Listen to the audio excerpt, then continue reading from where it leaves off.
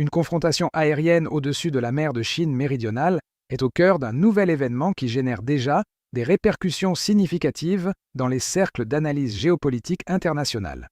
2 bombardiers stratégiques B-52H de l'US Air Force auraient fait l'objet d'une interception prolongée et délibérée de la part d'un chasseur chinois J-11, dans un épisode qui, à l'analyse, révèle bien plus qu'une simple démonstration de présence militaire dans une zone contestée.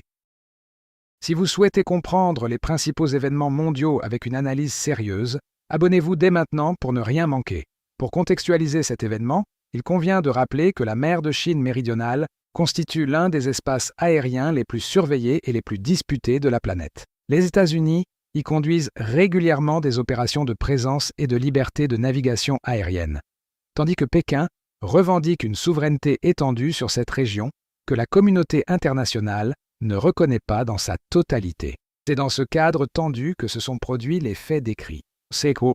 En analysant ce scénario, ce qui retient véritablement l'attention des spécialistes n'est pas l'interception en elle-même, qui constitue un phénomène documenté depuis plusieurs années dans cette région, mais la nature asymétrique du résultat opérationnel. Le chasseur chinois a effectué plusieurs manœuvres d'intimidation à proximité immédiate des 2 bombardiers, dont un passage à très faible distance, et des manœuvres délibérées visant à perturber les systèmes de propulsion des appareils américains par déversement de gaz d'échappement dans leurs entrées d'air. Les équipages des B-52H ont maintenu leur trajectoire originale sans aucune déviation, tout en activant leur système de collecte électronique passive, enregistrant ainsi les émissions radar, les signatures thermiques et les paramètres de communication du chasseur adversaire. Ce que cette séquence révèle, selon les experts en guerre électronique, c'est une dissymétrie d'informations flagrante.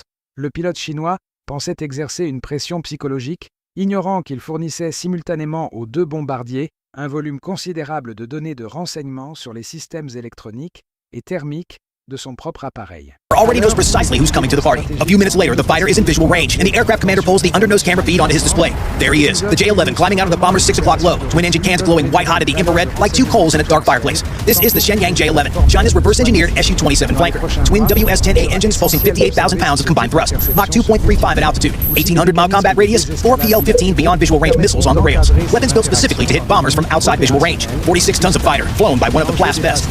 Those 2 little turreted blisters under the bomber's chin feeding that picture are the EVS, Electro-Optical Viewing System. It's a heat camera and a low-light TV crammed into one ball. And on a moonless night, the heat picture turns pitch black into something close to daylight, close enough to pull a fighter out of the dark at long range. Basically, a Ring doorbell camera on steroids bolted to the nose of a bomber. Except instead of catching Porsche pirates, it's catching fighter jets sneaking up in the dark. And